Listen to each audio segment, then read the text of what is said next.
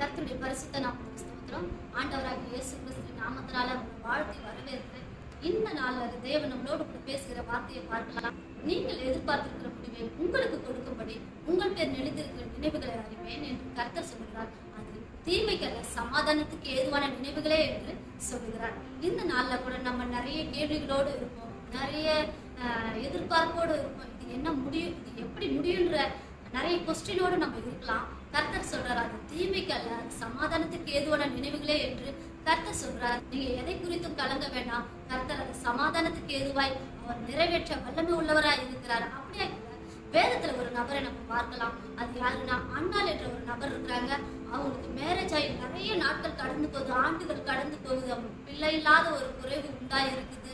வெளிநாளுக்கு நிறைய பிள்ளைகள் பிறகுது, ஆனா அன்னாளுக்கு ஒரு பிள்ளையும் இல்லாத அவங்க மலடியா இருக்கிறாங்க. நிறைய காரியங்கள் அவங்களுக்குள்ள ஏக்கங்களும் ஏமாற்றங்களும் தோல்விகளுமே அவங்க இருதயம் ஃபுல்லமா நிரம்பி இருக்குது. அவங்க கண்ணீரால நிரப்பப்படுது, துக்கத்தினால நிரப்பப்பட்டு இருக்கிறாங்க.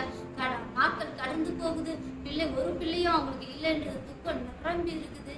அந்த காலத்துல பாத்தீங்களான்னா பிள்ளைகள் தான் அவங்க பெரிய ஒரு ஆசீர்வாதம் கூட சொல்லலாம். நிறைய பிள்ளைகளை பெற்றாதான் அவங்க நல்ல ஒரு பெண்ணுன்ற பேர் கூட எடுக்க முடியும். அந்த காலத்துல பிள்ளைகள் வளர்ந்து பின்னாடி நம்மளை பார்த்துப்பாங்க, வயசான காலத்துல நம்மளை பார்த்துப்பாங்க அப்படின்னு சொல்லிட்டு தான் அவங்க அந்த காலத்துல நிறைய பிள்ளைகளை பெற்று எடுக்கணும்ன்ற ஆவலோடு இருப்பாங்க. ஆனா அந்த தருணத்துல அண்ணாளுக்கு ஒரு பிள்ளை கூட இல்லை. அவங்களுடைய இருதயம் மிகவும் துக்கத்தினால துயரத்தினால நிரப்பப்பட்டு இருந்தது. ஆனாலும் கூட அண்ணாள் சும்மா இல்லை. அவங்க ஒரு காரியத்தை செய்யறாங்க. அவங்க சர்ச்சுக்கு போறாங்க. சர்ச்சில் போயிட்டு அவங்க கர்த்தரிடத்துல முறையிடுறாங்க. இசப்பா, என் சத்தத்தை கேளுங்க, நான் மனக்கலசம் உள்ள ஸ்திரீ, என் துக்கம் அதிகமா இருக்குது, எனக்கு ஒரு பிள்ளைய கொடுப்பீங்களா ஆனால் அப்படின்னு சொல்லிட்டு அவங்க பொருத்தனை பண்ணாங்க. எனக்கு ஒரு பிள்ளைய கொடுப்பீங்களானால் அதை உமக்கென்று நான் கொடுக்குறேன்னு சொல்லிட்டு அவங்க பொருத்தனை பண்ணி அவங்க செபிக்கிறாங்க. சில நாட்கள் கழியுது, அவங்க ஒரு ஆண் பிள்ளையை கர்த்தர் கொடுத்தார். அந்த பிள்ளை நிமித்தம் அவங்க இருதய சந்தோஷத்தினால மகிழ்ச்சினால களி கூறுது. அது கர்த்தருக்கே மகிமை உண்டாகும்படியாக கர்த்தர் செய்தார். எதிர்பார்த்திருக்கிற அந்த முடிவை கர்த்தர் சமாதானத்துக்கு ஏதுவாய் கொடுத்தாருன்றதான் நம்ம சொல்ல முடியும். அப்படியாதான் அண்ணாவுடைய வாழ்க்கையில கர்த்தர் கொடுத்தார். அது போலதான் என்னுடைய சாட்சி உங்களுக்கு மத்தியில நான் ஷேர் பண்ண ஆசையா இருக்கிறேன். எனக்கு மேரேஜ் ஆகி 2 பிள்ளைங்க இருக்கிறாங்க.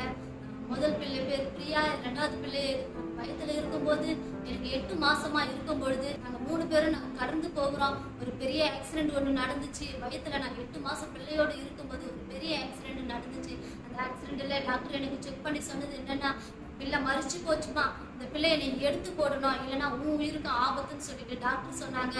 ஆனாலும் அவங்க ஒரு சில நேரம் மாத்திரம் எனக்கு டைம் கொடுத்தாங்க. மதியம் 2 மணிக்கு வரையிலும் தான் உனக்கு டைம், அதுக்கு மேல நீ ஒரு நிமிஷம் கூட தாமதிக்கவே கூடாது, நீ ஆப்ரேஷன் பண்ணி இந்த பிள்ளையை எடுத்து போடணும் அப்படின்னு சொல்லிட்டு டாக்டர் எனக்கு சொன்னாங்க. அப்படியா நான் கடந்து வந்தேன். கடந்து வரும்போது அப்பவே எனக்கு ஆப்ரேஷன் பண்ணியிருப்பாங்க. ஆனாலும் கூட எனக்கு ஆப்ரேஷன் பண்றது கையெழுத்து போட கூட என் கணவர் என் பக்கத்துல இல்லை, அவர் வேலைக்கு போயிட்டு இருந்தாரு. என் கூட யாருமே இல்லைன்ற ஒரே காரணத்துக்காக டாக்டர் டைம் கொடுத்தாங்க. 2 மணி வரையும் உனக்கு டைமுமா, ஆப்ரேஷன் பண்ணி எடுத்து போட்டுனா இதுதான் உனக்கு நல்லதுன்னு டாக்டர் எனக்கு ஆலோசனை கொடுத்தாங்க. ஆனாலும் கூட நான் வீட்டுக்கு கடந்து வந்தேன். என் துக்கம் அதிகமா இருந்தது. என்னுடைய எதிர்பார்ப்பு என்ன இருந்துச்சுன்னா, என் பிள்ளைய நான் எப்படி என் கையால நான் எடுத்து போடுவேன் அப்படின்ற கண்ணீரோட துக்கத்தோட நான் வீட்டுக்கு வந்தேன். வீட்டுக்குள்ள வந்து என் கதவை சாத்தி நான் கர்த்தரிடத்துல ஒரு விஷயத்தை கேட்டேன்.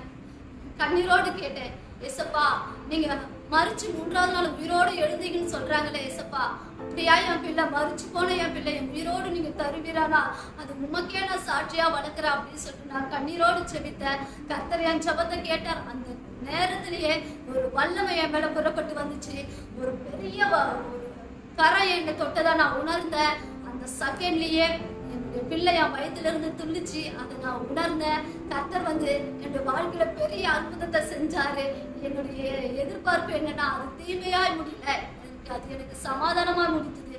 இந்த நாள்ல கூட இந்த நிகழ்ச்சியை பார்க்கிற உங்களை கூட ஆண்டவராக இயேசு கிறிஸ்து சொல்றா, உன்னுடைய நினைவுகளை அறிந்திருக்கிறேன், அது தீமைக்கல்ல, அது சமாதானத்துக்கு ஏதுவான நினைவுகளே என்று அவர் நினைத்திருக்கிறார். நீங்களும் கூட செபிங்க. கர்த்தர் உங்க வாழ்க்கையில பெரிய காரியங்களை செய்வார். ஆண்டவராக இயேசு கிறிஸ்து நாமத்தினால உங்களை வாழ்த்தி ஆசீர்வதிக்கிறேன். God bless you.